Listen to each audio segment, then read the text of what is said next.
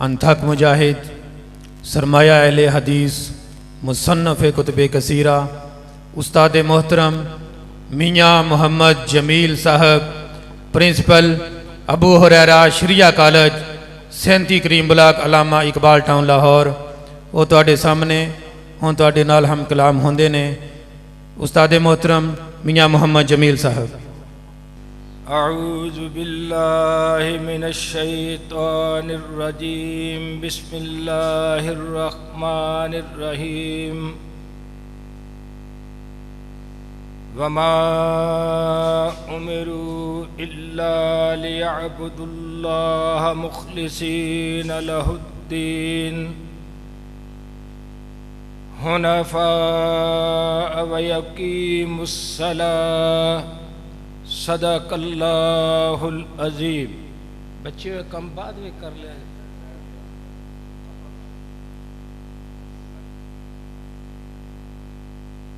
मुझे मेरे अजीज़ कारी बलाल साहब ने ये उन्वान दिया था कि नौजवानों को मुखातब किया जाए और उनके बारे में बयान किया जाए। मैं इसी ज़हन और सोच के साथ हाजिर हुआ, मगर यूं ही मैं यहाँ पहुँचा और मजमे का जायज़ा लिया तो मैंने उनसे मशवरा किया कि मैं नौजवानों को गिर रहा हूँ जो ज़्यादा से ज़्यादा 15-20 हैं, इसलिए मैं उस उन्वान पे गुफ्तगू करने की बजाय एक वास और एक नसीहत करना चाहता हूँ जो नमाज के बारे में है।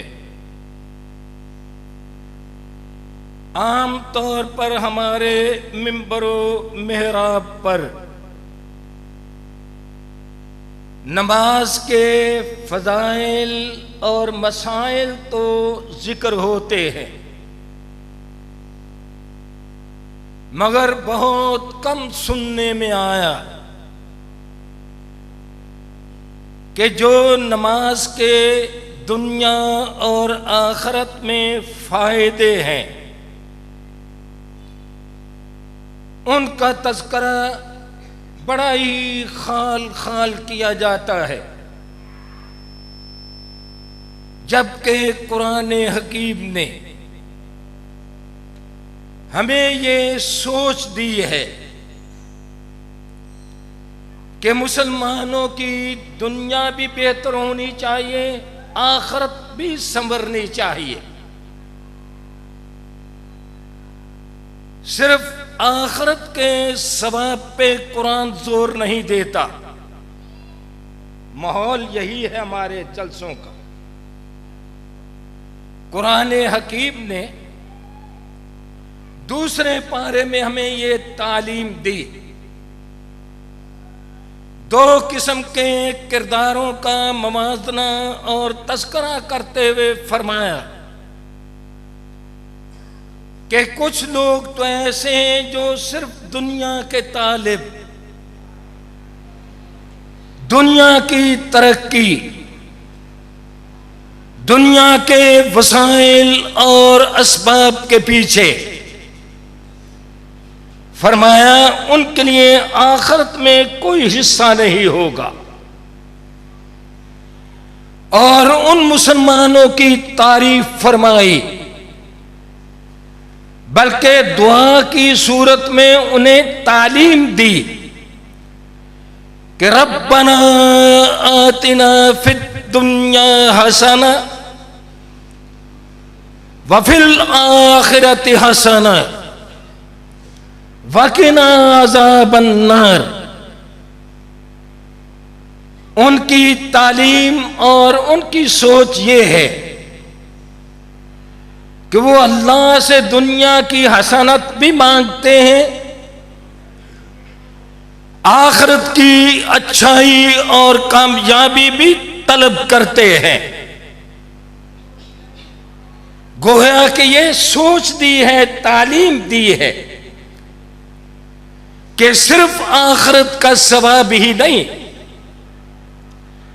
अगर यही तालीम होती जो आजकल मिंबरों मेहराब पे दी जाती है, फिर तो ये उम्मत कभी दुनिया में मुअज़्ज़ज़ नहीं हो सकती थी।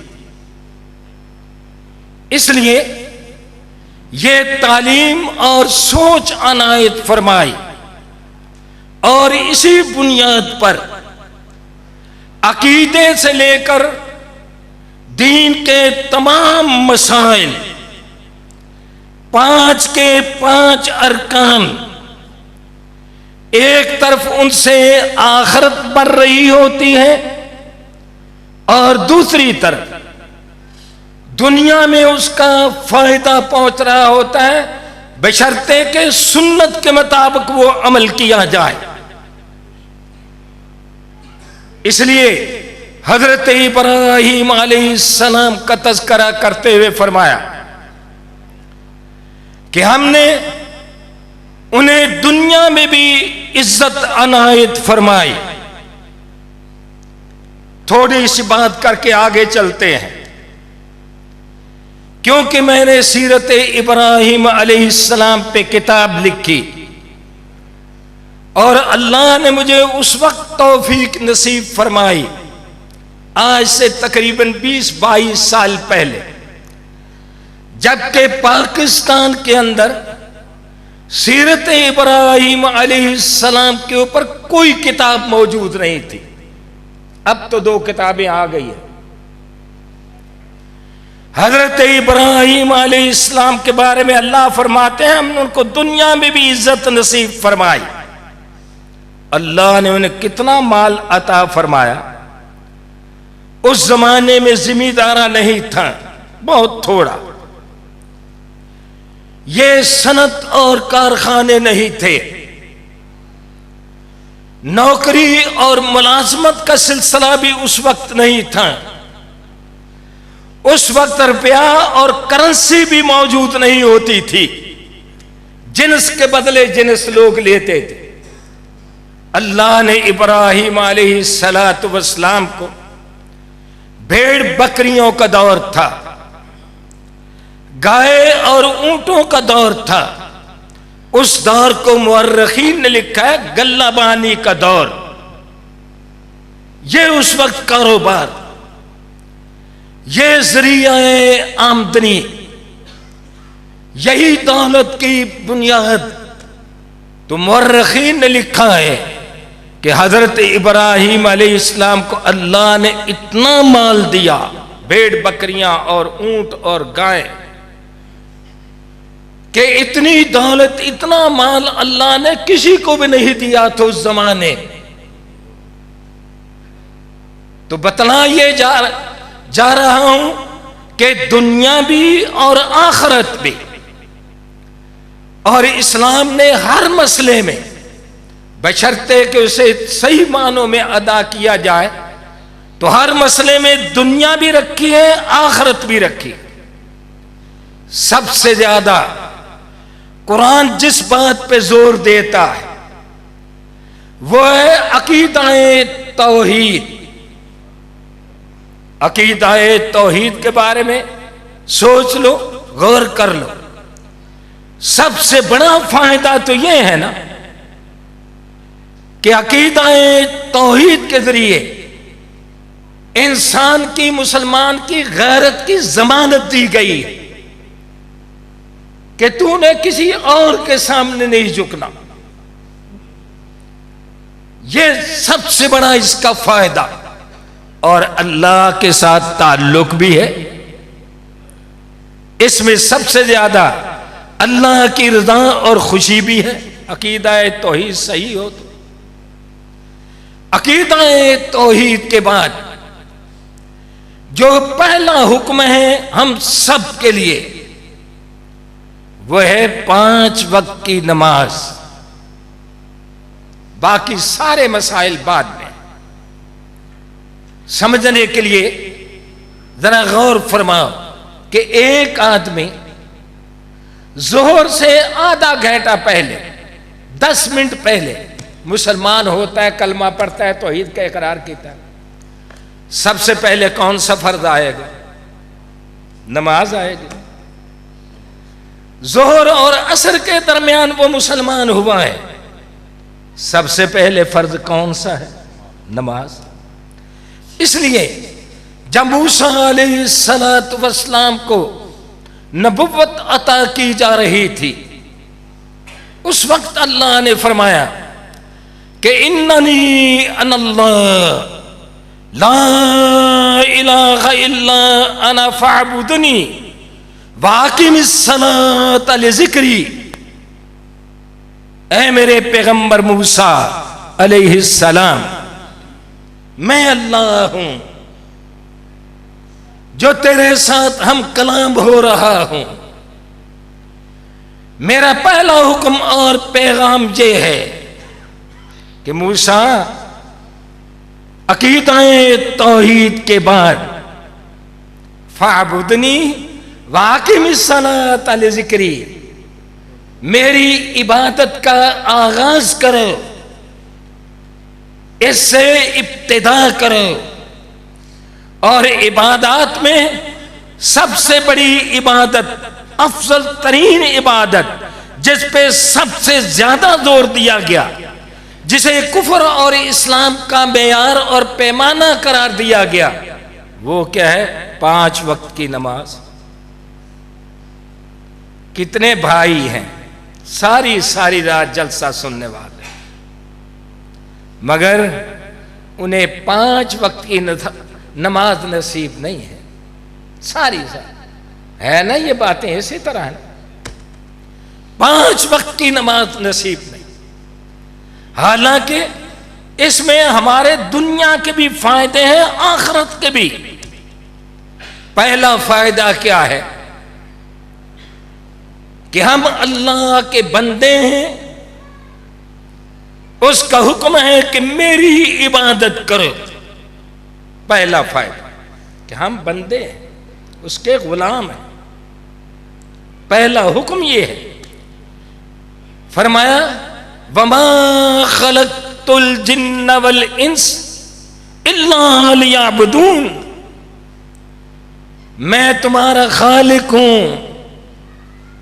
मैं तुम्हारा मालिक हूं,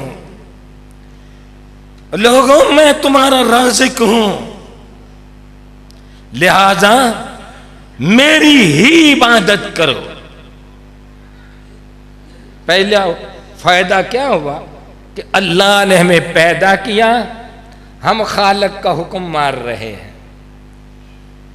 पहला ये फायदा, इसलिए फरमाया कि वमा खलक़तुल जिन्न वल इंस इल्ला लियअबुदून, और इसीलिए ये आलीशान मस्जिद बनी। वअन्नल मसाजिद लिल्लाह फला तदू मअल्लाहि अहदा, कि अल्लाह के घर इसलिए हैं इन्हें आबाद किया जाए। आबाद तो तभी होंगे ना जब नमाजी बढ़ेंगे। जितनी चाहो खूबसूरत बना लो। मैंने इफ्तिताई जुमे में भी ये लफ्ज बोले थे कि मस्जिदों की आबादी ये नमाजियों की पेशानियों से होती है, वरना अल्लाह की बारगाह में पूछा जाएगा कि इतनी खूबसूरत मस्जिद बनाने के बावजूद बड़े शौक से बनाई, बड़ा हिस्सा डाला, बड़ी तवज्जो फरमाई, बड़ी मोहब्बत का इजहार किया, ये सारी बातें अपनी जगह पे ठीक, अजर के बाइस। मगर अगर वो नमाज नहीं पढ़ता फिर तो जाहिर है नतीजा उलट ही होगा। पहला इसका फायदा ये है। दूसरा नमाज का फायदा कि नमाज पाकीज़गी सिखलाती है, तहारत। जो नमाजी बच्चा पाकी पलीदी का ख्याल रखता है, क्या वो दूसरा रखता है? वो दूसरा रखता है? बड़े अप टू डेट होते हैं, बड़े फैशन रखते हैं, देखने में कुर्सी पे बैठे हुए बड़े नहा धो के बैठे हुए, मगर पाकी पलीदी का उनको पता नहीं है। उन्हें तो यह भी नहीं पता कि गुस्ल वाजिब हो जाए तो गुस्ल करना किस तरह है। दूसरा फायदा कि नमाजी बच्चों को, नमाजी बेटियों को, नमाजी जवानों को, नमाजी लोगों को नमाज का दूसरा फायदा क्या है? फरमाया फत्तहरू वइन कुंतुम जुनुबा फत्तहरू, नापाक हो जाओ, नापाक हो तो पाक हो जाओ। अल्लाह पाक है, अल्लाह पाक। इन्नल्लाह युहिब्बुत तव्वाबीन व युहिब्बुल मुतताहिरीन। अल्लाहुम्मा जअलनी मिनत तव्वाबीन वजअलनी मिनल मुतताहिरीन। यही करते हैं ना दुआ।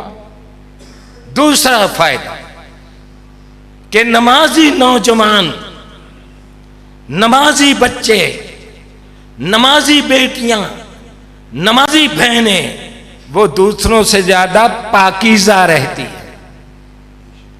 लिबास भी पाक, जिस्म भी पाक, हत्ता के जज्बात भी पाक।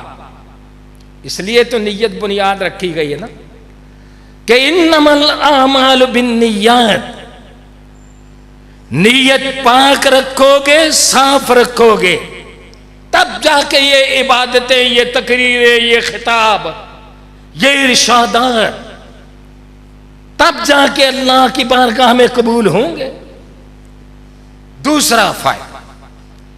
तीसरा फायदा, जो ये उम्मत 98% छोड़ चुकी है, उसमें दीनदार भी हैं, उसमें उलमा भी हैं, उसमें अफसर भी हैं, उसमें हुक्मरान भी हैं, उसमें आम इंसान भी है।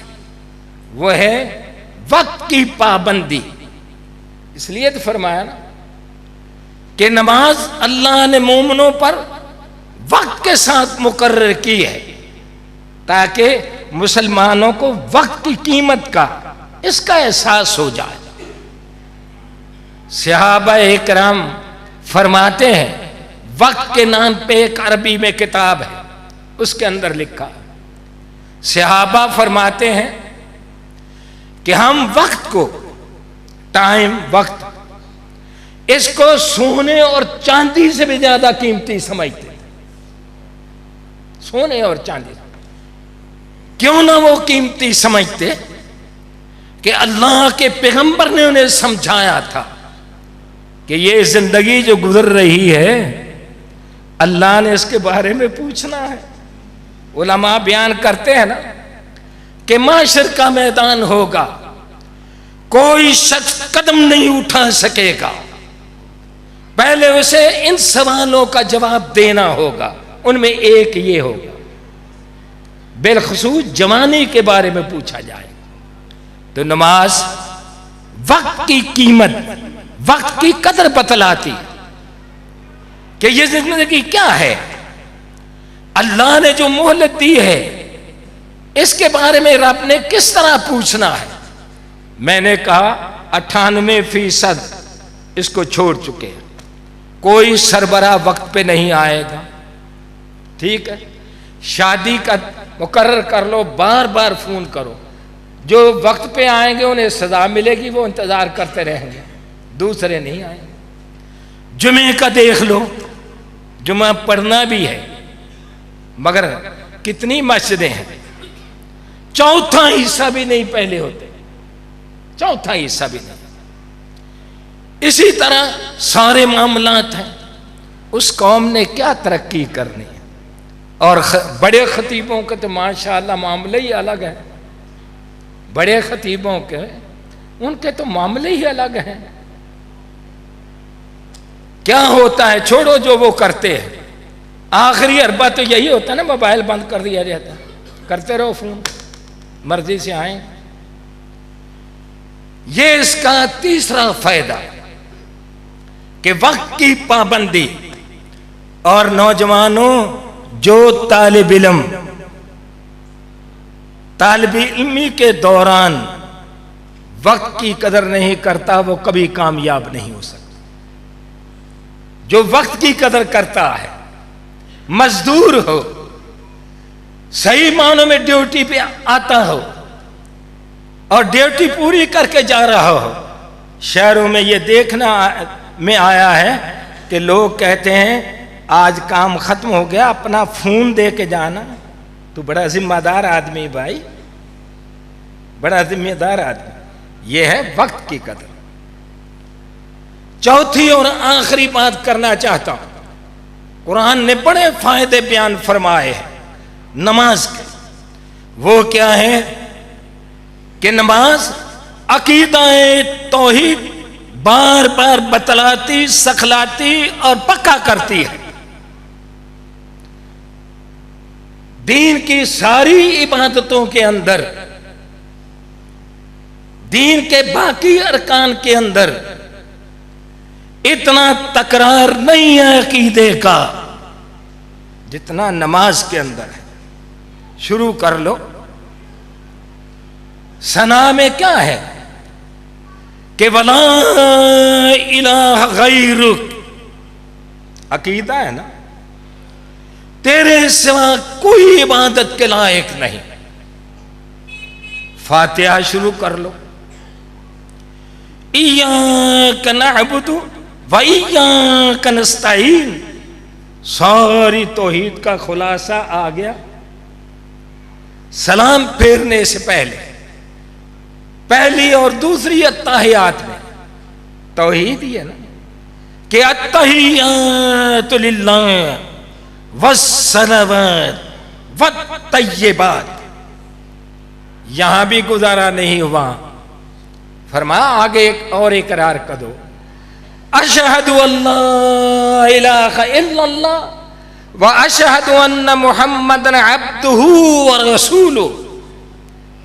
सुन्नी हो या वहाबी, इकरार तो करता है कि अशहदु अल्ला इलाहा इल्लल्लाह व अशहदु अन्न मुहम्मदन अब्दुहु व रसूलुहु। अल्लाह को तो सब कुछ मालूम है ना, उसे तो पता है कि ऐसे मुसलमान भी होंगे जो कलमा भी पढ़ते जाएंगे, शिरक भी करते जाएंगे।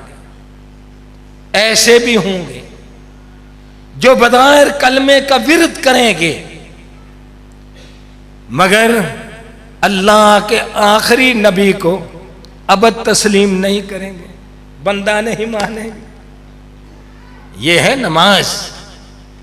इसलिए फरमाया कि ममा उमिरू इल्ला लियअबुदुल्लाह मुखलिसीन लहुद्दीन हुनफा व युकीमुस्सलाह। ए मुसलमानों, तुमसे पहले भी अल्लाह ने यही हुक्म फरमाया था, यही हुक्म फरमाया था सारी उम्मतों को कि अल्लाह की तौहीद का इकरार करो, उसकी इबादत करो। और इबादत में पहला हुक्म यह है कि नमाज पढ़ो। यही वो फिक्रमंदी थी कि हजरत इब्राहीम अलैहिस्सलातु वस्सलाम अपनी ज़ौजाए मुकर्रमा और अपने मासूम बच्चे को जब छोड़ के जा रहे थे तो तफसील मौजूद बुखारी के अंदर भी। आप भी हर साल कुर्बानी के मौके पे सुनते हैं।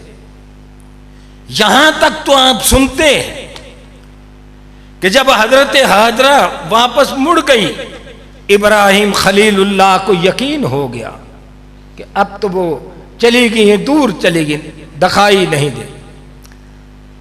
वापस पलटे, ठहर जाते। इमाम बुखारी ने नकल फरमाया, इब्राहिम अलैहिस्सलाम ने बैतुल्लाह की तरफ मुंह किया, रब की बारगाह में हाथ उठाए और उससे क्या दुआएं की थी। उन दुआओं में एक दुआ ये थी कि रब्बि जालनी मुकीमस्सलाह वमिन दुर्रियती रब्बना व तकब्बल दुआ रब्बना इग़फिरली व लिवालिदैया व लिलमुमिनीना यौम यक़ूमुल हिसाब। अल्लाह मेरी आरजू ये है कि मेरी बीवी को नमाज पढ़ने की तौफीक देना, इस्माइल बड़ा हो जाए तो उसे भी नमाजी बनाना। ये है, ये मस्जिद बनाने का मकसद। जलसे करो, बड़े शौक से करो, नारे लगाओ, ये तुम्हारी मर्जी, मगर इन जलसों का सबसे पहला और बड़ा फायदा यह है कि अकीदा-ए तौहीद के साथ हम पक्के नमाजी बन जाएं। अगर ये नहीं तो ये जलसे जो है क़यामत के दिन हमारे खिलाफ शहादत बन जाएंगे। ये फैसला मैंने करना है, खतीब ने करना है अपने बारे में, ये फैसला सुनने वालों ने करना है। अल्लाह से दुआ है कि अल्लाह हमें नमाज पढ़ने की तौफीक नसीब फरमाए और हमारे बच्चों को भी अल्लाह 5 वक्त का नमाजी बनाए। व आखिरु दावाना अनिल हम्दुलिल्लाहि रब्बिल आलमीन।